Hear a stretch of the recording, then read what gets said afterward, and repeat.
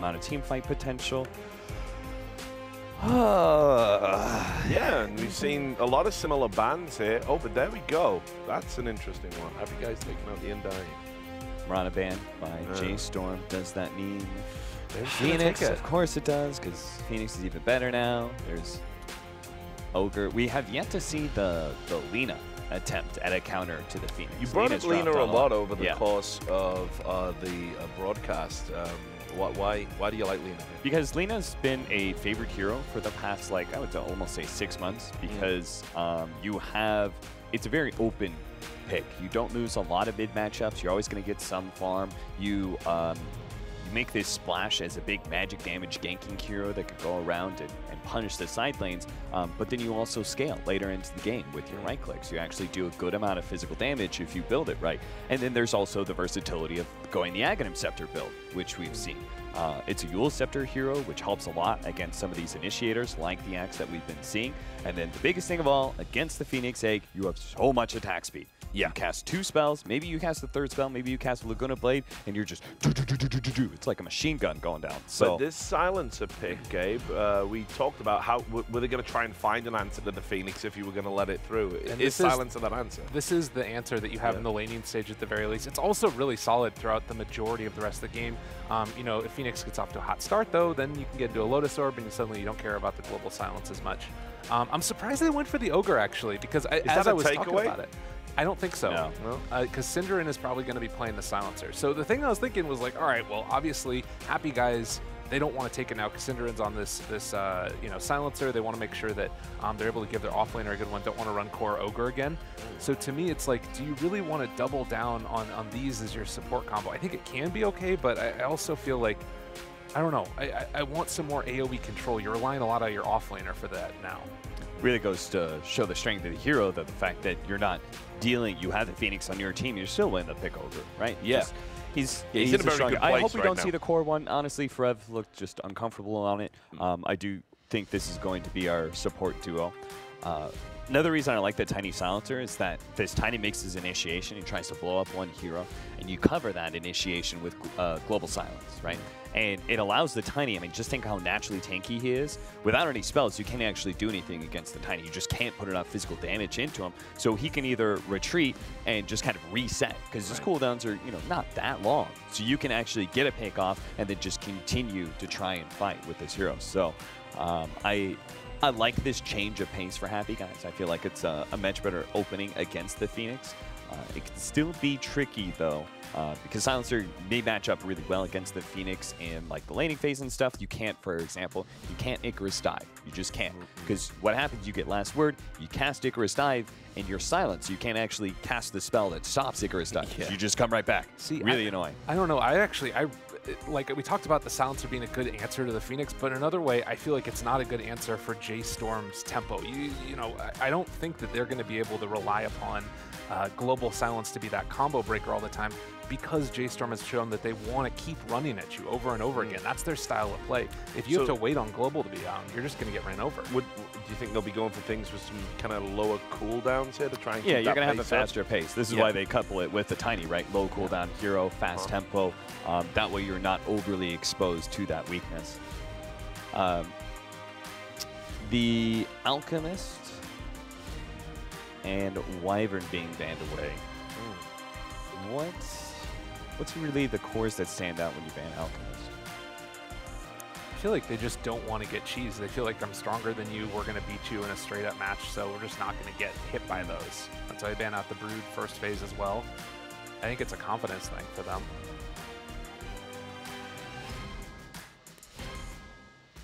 Terrorblade, another one of those that can just be sitting up there and taking down buildings after the fact. The mix is in there again. Yeah, he had a successful game 1. He actually worked very well against the Terrorblades. Not sure how much I like him here, but he is one of the, I would say, preferable 4 positions. I was thinking about Earth Spirit, because part of the reason why is that Weaver's still left out in the pool, and we've got this really weird situation where Weaver just is never being picked up. It's being banned or ignored, one way or another, right? I like the Nyx because it means that now you have even more of that gank potential with the Tiny where you don't have to commit global necessarily. So you can find kills without having to expend that long cooldown. Well, now that you know your two supports, you can pick up your offlane pretty freely because most of the super strong lane dominators of the past, like Ursa, Monkey King, these sort of heroes, they've fallen out of favor. So when it comes to playing the offlane, it's more about knowing what supports you're matched up against. And Centaur doesn't really care about Nyx Assassin or Silencer. He should be able to play pretty forward in lane without getting harassed out. Should be able to farm pretty well. And finally, a Phantom Lancer sneaks through. This is a hero that I think can just destroy your game. And they don't have the greatest tools to deal with it at all right now.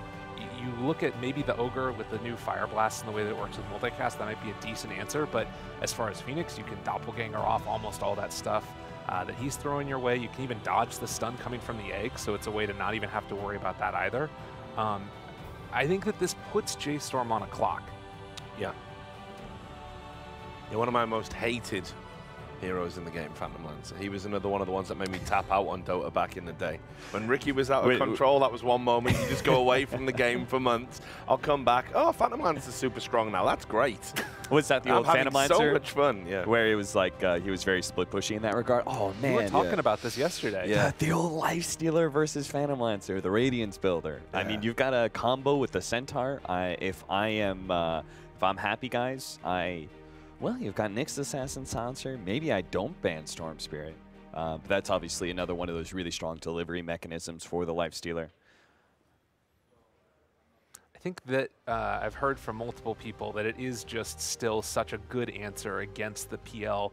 I kind of wonder, though, if that whole trend of picking the Lifestealer against PL happened before people were really fully invested in taking the doppelganger cooldown, I felt like. And that's still something that I think might become too big of an issue for the Lifestealer. Yeah, you're certainly looking to be able to close out the game before that, for sure. This is definitely a game where happy guys will be taking the late game, unless there's some very surprise last pick here. I actually kind of like Invoker here for J.Storm. Brow Invoker would be pretty hype. Another thing you like about the Lifestealer is that he, for the most part, doesn't care about these two supports too much. He can play around them, but it's the Tiny, right? Heavy HP, low amount of armor. That's exactly the kind of heroes Lifestealer wants to play against with his physical percentage-based damage, right? Status resistance for open wounds, though. I think it might be a little bit tough to control the Tiny in this one. Particularly if you're always going to have the vision advantage with that Nyx Assassin. And we've been seeing Aframoosh plays it pretty well. You think that they can bully early, that Lifestealer, if you run a Nyx Tiny lane? I mean, obviously Ogre is always known for being able to keep a lane survivable, but it does feel like they have kill potential down there, or up there rather. Yeah, it's possible. I really like this Enigma ban. Oh, that was super smart because you would have significant amount of high ground defense. You'd have this really good control for the Lifestealer, one of those BKB piercing disables. The percentage-based damage is very strong as well against both Centaur and Lifestealer. The Kunkka, you do need some form of initiation or catch. You already have a ton of initiation. And I think you just want to make sure the fights occur around this Phoenix Supernova egg. I keep on going back to the fact oh, what about being able to hit high ground? What about being able to do a faster Roshan, these sort of things? But it feels like this just doesn't matter as much for these teams. Again, it's just the superior team fight allows them to be able to eventually do Roshan, to eventually go into the high ground. They want to switch it up. I mean, it could go back to Timbersaw and then switch up where their lanes are, put Moo mid maybe on it, although they don't know what the mid matchup is yet. Something to deal with the PL illusions, but back to the Veno. This is what they ran before. It's against the TA in that game, though. Yeah, which made sense. So what do you think of it here? I mean, they were pretty set on, I guess, Tiny going into that mid lane. It also beats Phantom Lancer in those rare occasions where you see PL mid. I'm not a big fan of it. I would have liked something that scales a little bit more for J.Storm. It feels very focused on the first 30 minutes of the game, and I always like to have that back pocket of, if we don't play perfectly, we slip up a little bit, then we do have this carry that's going to outscale them. Or at least scale with them, in this case. That's why I suggested something like the Invoker. I really like the full commitment personally, because like you said, it's going to be hard to find a pick that can, you know, solve the problem of PL late game there. Well, there's your BKB piercing disable. Increase the attack speed of everyone as well for the Phoenix. It's not a perfect answer for many of these heroes, but it's a small answer to each one of them. I'm going to have Primal War versus the Lifestealer. We'll have some form of initiation. I am leaning a lot more towards J.Storm. Not a big fan of that last pick. It was just the first 4 heroes really solidified for it. Well, I mean, yeah, they look very happy with the draft over there. Again, I got them in my eye line. Like, Demon was fist pump in the air. So, I mean, definitely they're feeling good about the draft. What are you thinking, Gabe? The thing I like about the Happy Guys draft is that they have ultimate vision. They are always going to see J.Storm when they're coming because of the Beastmaster, because of the Nyx Assassin. The problem is they have no idea what they're going to be able to do once they actually see them coming, because they're going to take down all their buildings. Yeah.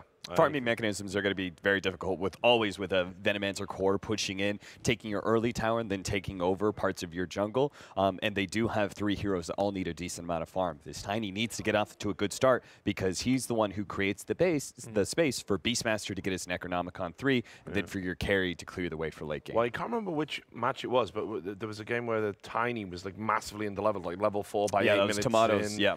Yeah, so, you know, is there going to be an element of strategy here where they might try and shut the Tiny down specifically?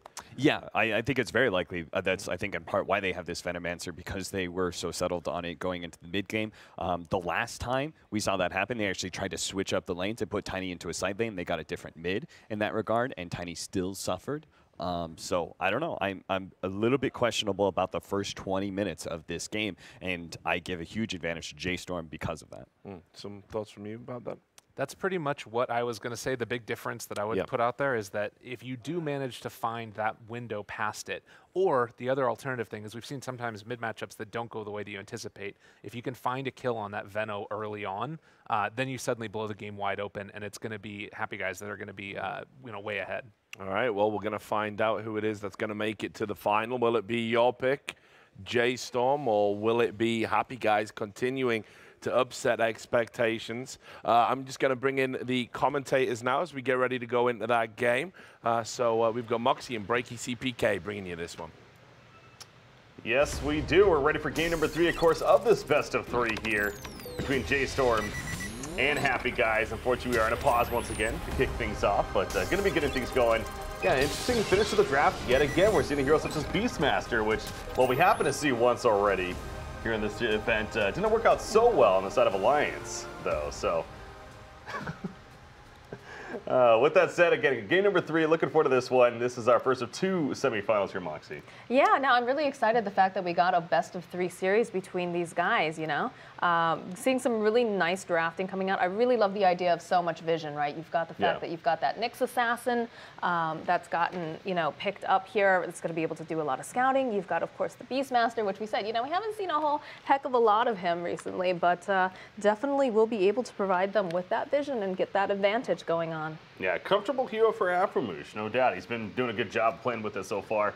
It's going to be interesting, though, too, to know that here we are with Good Guys. They're coming off their first loss of this tournament. Remember, they went 3-0 yesterday in the group stages. They got the victory to kick things off here in the series. You know, now how do they react coming off of that loss? And we were talking about it off camera once again in between after the second game there, and the idea that J.Storm, to me, it feels like that game 2 was a pretty dominating victory. That was almost a statement game, and one that you know, possibly is going to bleed into that momentum here for game 3. But you still seem a fan of Happy Guys over there. Yeah, you know, I still think they've got a lot of potential. I like seeing Aframoosh on this Nyx Assassin. He's been playing it throughout this tournament, and he's been really, really good about his positioning. I think I remember at one point, you know, Tomato was in the top lane. He was actually playing the Mirana, and you just had Aframoosh with this great positioning off to the side, keeping an eye over onto that shrine, making sure that anybody that showed up would immediately get slowed down and they could land an arrow. So a big fan of that. I'm still on the side of Team Happy Guys here. I think they can do it. It's possible, but obviously going to be a tough challenge, a tough ask, so we'll see how it shapes up here. In game 3, as a little bit dancing going on to start things off for Rev, always showing. That's something else, too. We noticed with J.Storm specifically, they're just having fun, man. I mean, especially during the draft, they're all cheering. And I know Richard was even talking about that after their game 2 victory. Like, they're all, you know, giving each other high fives. They're loving this atmosphere, and they're loving the chance to kill Silencer right now as they collapse on top of Cinderin and find the easy peasy kill. So not only having fun, but looking good doing so. I know, and add insult to injury, you got Forev just spamming that taunt as he just walks away after he murders him. So definitely, you know, a bunch of guys having a good time. Lane's going to be shaping up here. It's going to be Phantom Lancer, of course, in that safe lane, partnered up with Silencer. Now, Silencer support's always interesting to me. The idea that this is a hero that adds a support role doesn't bring that crowd control necessarily, of course, but at the same time does potentially bring some good harassment with the Arcane's Curse and the idea of damaging with the Glaives of Wisdom on top of that. So we'll see how Cinderin is able to do at this bottom lane, matched up what seems like it's going to be the Centaur, as well as potentially at least the Ogre, who does say hello to Cinderin once again and is going to run him back. I don't know if March is attempting anything more than simply just running at Silencer, knowing there's not a whole lot he can do about it. Yeah, no, he's just going to get beat down here by March, of course. Just that harass coming out nice and strong. There's nothing he can do, like you said. He doesn't have any crowd control, doesn't have any way to, like, slow them down other than, you know, eventually we'll get that, you know, global silence, but that's a long ways off from now. And, again, they can just run him down easy peasy. Yeah. You got Tomato versus Brawl in the middle matchup, though. Tomato playing that Tiny against Venomancer in the hands of Brawl, of course. And right now, it's very early on. 1-3 Tiny versus that 1-1 Venomancer. Not a matchup we're going to see too often, but it really goes back to Tiny, of course, when it comes to last hitting. Obviously, with that big tree of his, is potentially always going to be pretty good both on the deny side as well as that creature core side. But I'm also happy to see this lifestealer. It feels like it's been a while since we've seen this core lifestealer really in the meta within Dota 2. But yeah, again, a good transport target in the Centaur, and the whole Radiance build potentially is going to be great against Phantom Lancer in the end. Yeah, you know, they definitely had to find a way to really deal with, you know, what Illidan's going to be throwing at them, and using that Radiance is a good way to kind of answer that question here. Well, Wild Axes continue to be thrown out from Boogie. That's something Beastmaster most certainly is good for. There's some good damage from set ability. Of course, Nyx Assassin with the Impale, but not having that setup necessarily outside of the Primal Roar eventually at level 6 up here. It's not going to be the easiest ability to land, but doing a good job there at least to make that so. But this has been an action-packed series so far. But going to that point, you know, I'm wondering if it's going to slow down here in Game 3. Perhaps not. Top lane Boogie, he's slowing down by those open wounds, and not much he can do, especially with Nyx Assassin elsewhere. I suppose maybe going for some rune control or something. Either way, he wasn't there. Yeah, well, you know, it's one of those things, too, when he realized, he's like, I'm definitely not getting away from this. Just turned around, threw those axes at Malone, got a little more damage down. You know, that's all you can do in those kinds of situations. Yeah. 15-7 Tiny now as bottom lane. They're going to collapse on top of Phantom Lancer. He just used his doppelganger, didn't he? He's trying to maybe distract right there and act like that's not the real one. But either way, he is fine as they back off. And actually, they kind of just backed off early, so maybe that distraction did work. they might have thought he was the one running away.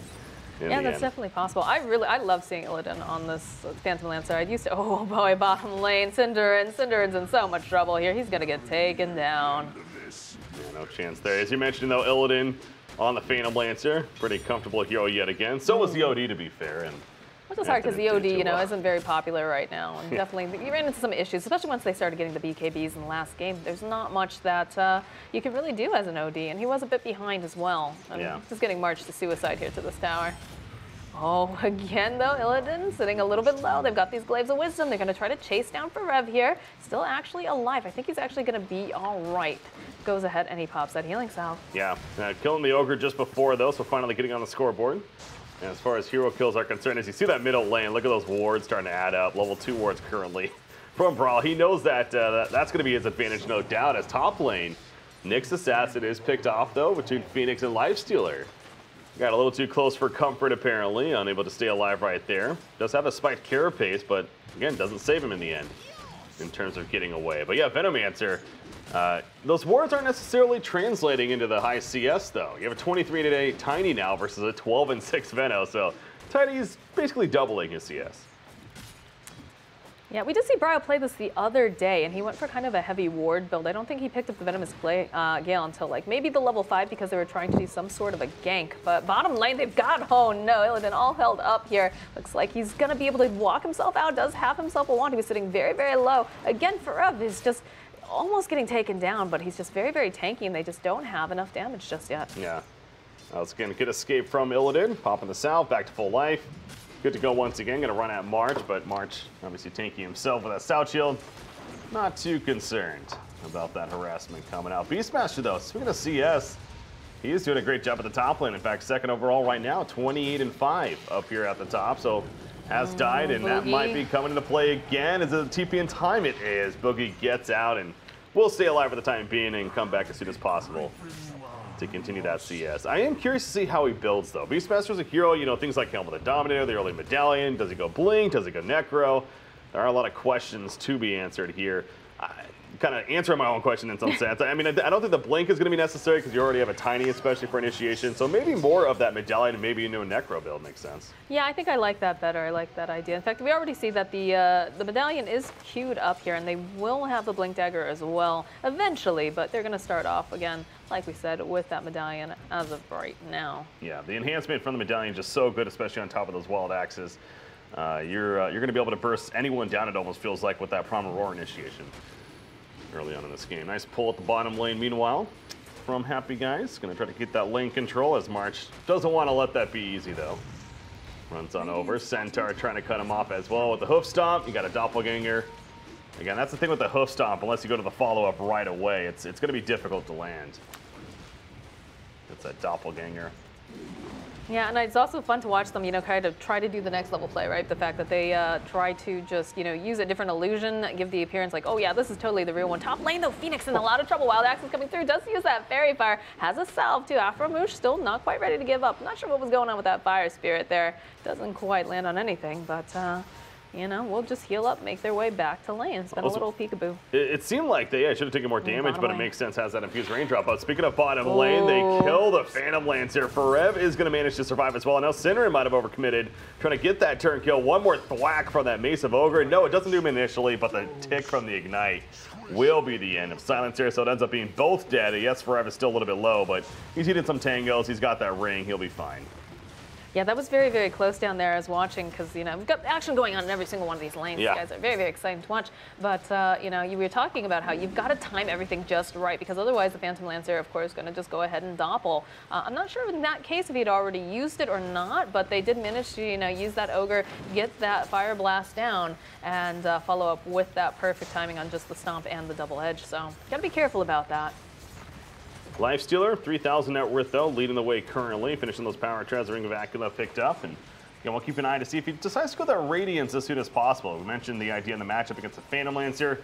It does feel like that makes a lot of sense. Of course, more traditional could be also that Armlet build. Wants to battle, and speaking of that battle, Afromoosh, good TP though. Oh, Tomato, he found himself an Ogre, tosses him back. Looks like they're still going to be able to get the kill on the Tiny, but they should be able to find the kill on the Ogre. Synderen making a rotation, does get himself that +2 end, and he's getting sandwiched now. Milan making a rotation. They've got their eyes over here, should be able to get this kill, and he'll get taken down. I like Moo's surprise. Look at all the vision in the background too. They got the ward that they placed back here. Behind that tier 1 tower, and also just the Venom wards in general from Venomancer. Kind of controlling this middle area, really, for J.Storm in this case. And Afromoosh is going to come on over and at least do what he can, but he's going to need that TP support. And speaking of it, Tiny coming in. Oh, nice job with the Spike Carapace. Stops the Icarus dive, so little ambitious play from Milan. Might get him kill, or will it be a kill for him, in fact? Afromoosh is taken away, and yes, indeed it will be a kill. In fact, Brile gets credit for it, so it looked a little over-ambitious there for Phoenix initially, but it ends up working out very well, and they've just taken over this middle lane. Yeah, it was funny because, you know, you saw Milan and he went for that dive, and I guess maybe he didn't think that the Carapace was up or he didn't have it just yet, I'm not sure, but like he got stunned up there and wasn't able to get away, but the kiting was real going back and forth. That middle tower just about dead as well. Of course, we always talk about, especially in this early game, one of the most important objectives is no doubt that middle tier 1. It just loses so much map control if it goes down. The idea of being able to TP to it no longer there, of course. So you know that the Star side wants that as soon as possible. But top lane up here, Lifestealer throwing out the Infest. They did not kill Beastmaster initially. Make the TP out, and that was a close call right there. Trying to use that Infest bomb to finish the job. What's going on in this mid lane? They're just constantly, just battles going on. Synderen looks like he's in for some trouble here. March actually taking him down pretty far, and it's actually, the tables are going to get turned. Brile coming forward, though, does have plenty of damage. Will be able to get the kill over onto Silencer. So March running away, manages to stun up Illidan. Illidan going to turn back around. Afterbush is just getting kited left and right by all of these lovely, lovely Plague Hordes.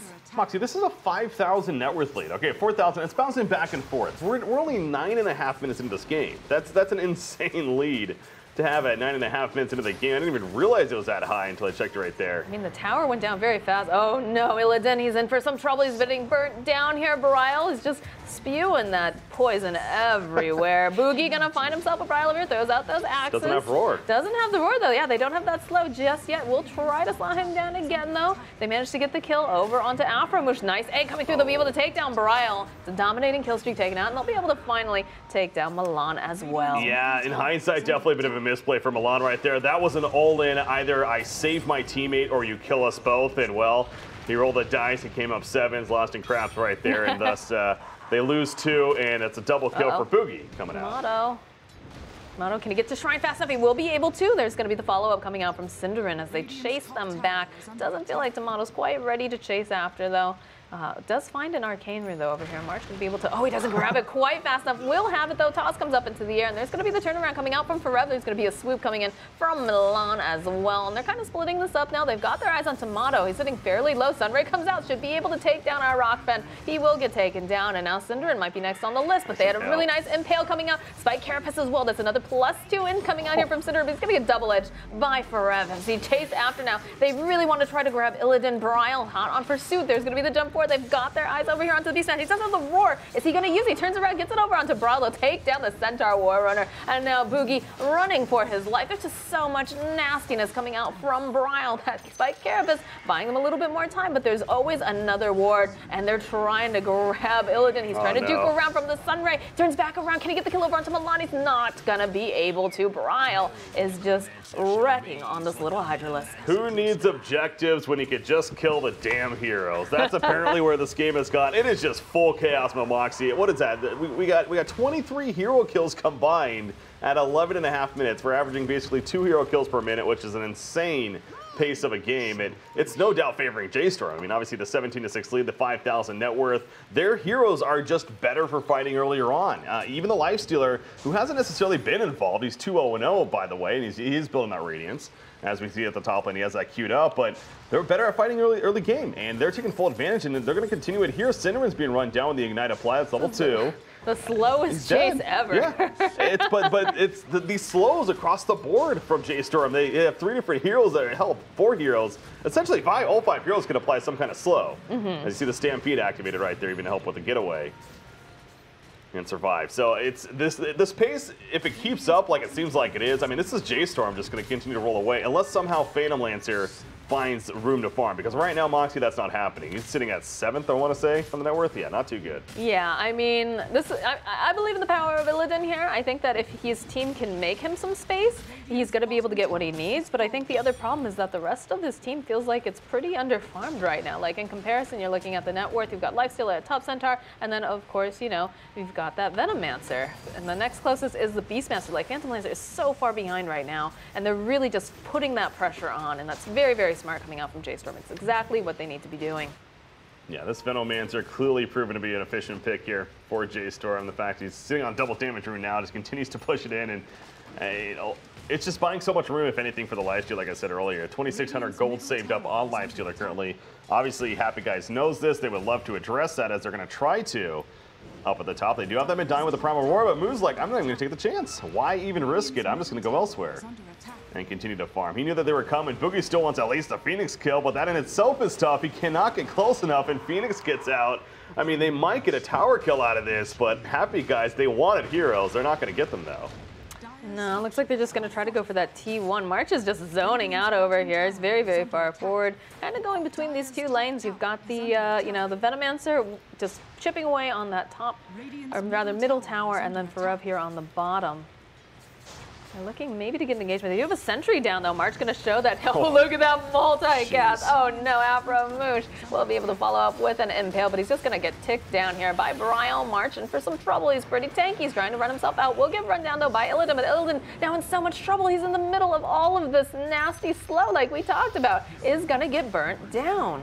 He knows he's dead right there. He's just simply trying to do as much damage in return. It isn't enough, though. The urn comes out, help keep him alive. Supernova activated from Phoenix. Boogie getting low, close at the proper roar at the last second. They lose Phoenix, but at least they kill the Beastmaster. Triple kill for Bryle. He wants a quad kill. Not going to get it, though. At this time, at least, Synderen is able to walk away himself. But, you know, these fights keep on going on. It seems like it's just going to continue to favor J.Storm because the theme continues to be that Phantom Lancer specifically is unable to get any free farm as a result. Oh, that impale. Aframoosh, we've given him so much credit throughout this event with the Nyx Assassin, but that was a bit of a whiff right there. Oh, the Carapace, though. Nice Carapace. Will actually stun him in. Frev is probably dead now. As tanky as he is, though, dang. He's still alive somehow. Yeah, I mean, the taunts have been coming out for real here, and there's going to be the follow-up coming out from Marks. They're still chasing after Forever, though that percentage heal is looking so good right now. Illidan says, I got to get out of here. I don't want to be a part of this anymore. Aframoosh actually going to get taken down now. March on the hunt. They're looking for this PL, and there's not a lot of trees here for you to hide behind, Illidan. You're in a lot of trouble, that big. Oh, my God, the surprise. I feel for them, man. I feel for happy guys right now, but that's just a perfect sign right there of just how much net worth you're down, honestly. This Centaur, you look at what he has. He has a Hooded Defiance and a Vanguard at this point of the game. It's really no wonder they weren't able to kill him. He survives long enough to get the support in there, and thus we see the turn again. The net worth really kicking in at this point of the game, and this is one of those snowball starts that it really is going to be a very difficult task to come back at this one, because PL, guess what? He's dead yet again. That's now 5 deaths. He's not even remotely close to a Diffusal Blade. And you're going to have a Lifestealer already with a Radiance in the near future. He has 4,000 gold saved up, by the way, on that Lifestealer. Yeah, I mean, we're getting closer and closer now to Tomato actually getting that Blink Dagger, which is going to help them out a little bit, but I'm not sure how much it's actually going to do at this point. On Boogie? Yeah. No, not on Boogie. On Tiny. Tomato. Yeah. Well, they're both getting it, to be fair. Yeah, they both. So. Yeah, so they're going to have better initiation here, and they're going to have some more burst potential, but like they're just. I'm worried about how far behind they are right now. That's the thing, right?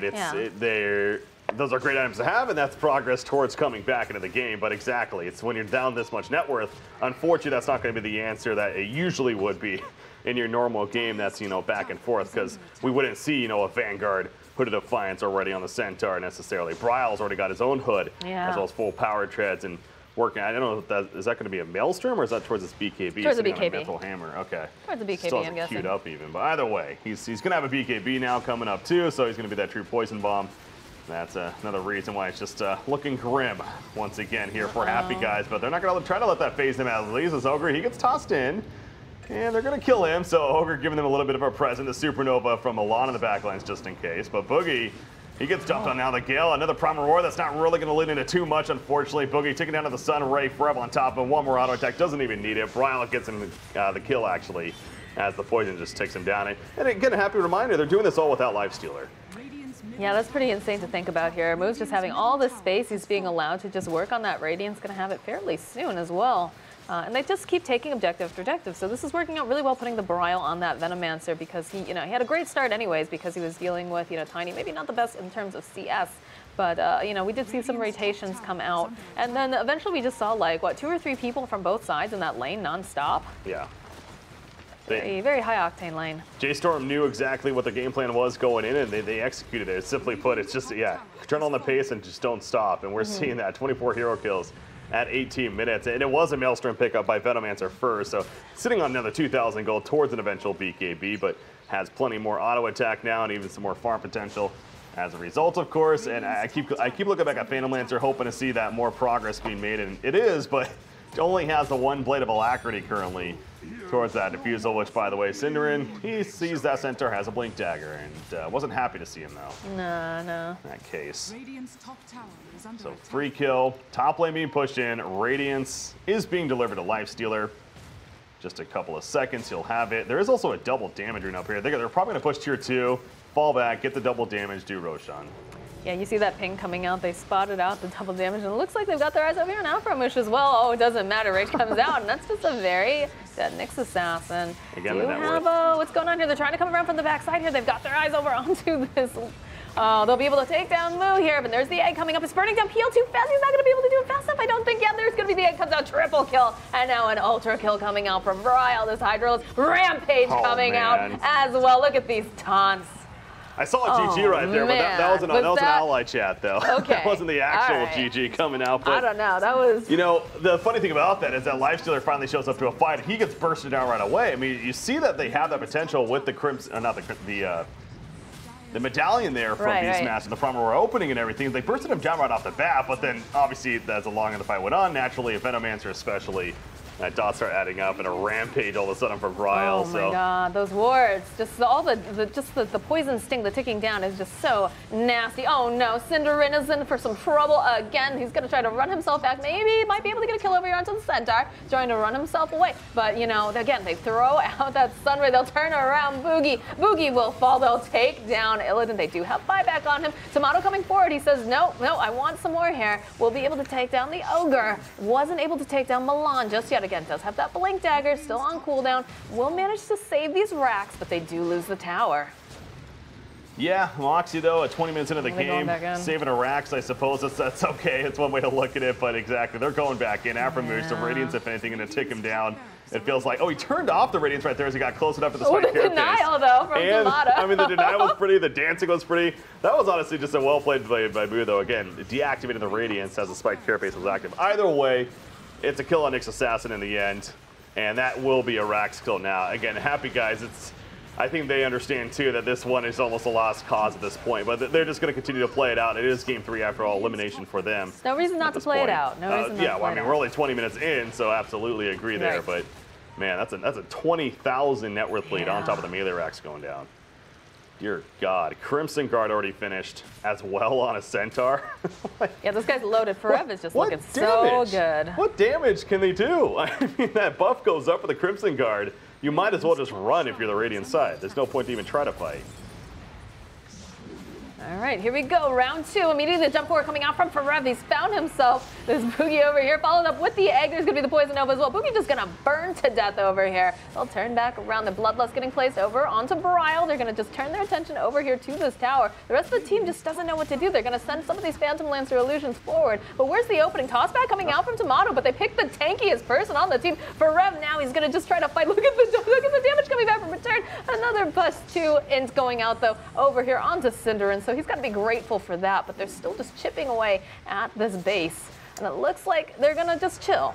They're going to calm down. They're going to chill back off here now. You know, honestly, considering how much they're down, that was actually still very good execution from Happy Guys. And I understand they're still in an awful spot and even down even more in a sense, but the patience there from Tomato. He found the target. Obviously, with Centaur the only one in the front lines, tossed him back, got the kill, and he was ready to do it again, actually. If J.Storm hung around another couple of seconds, they might have lost another hero, but it goes back to, I mean, this is still a 21,000 net worth lead in favor of J.Storm. It's good to see Happy Guys, you know, definitely trying still and giving it their all, but the climb is real. Phantom Lancer, still no Diffusal Blade. He has 2 Alacrities now, so he's almost there, but I don't know why I keep saying it as if that's actually going to change much, to be honest, because yes, it'll increase his damage, but obviously at this point of the game, he still needs so much more before he's actually even a threat. Oh dear, Cinderin finds himself in the middle of an Ogre and a Phoenix. Aftermush also now in trouble. He's trying to get himself out, but he can't. The Stomp comes through the double edge. They'll clean him up. No buyback on Nyx and no buyback on the Silencer right now. So they're down 2 men here.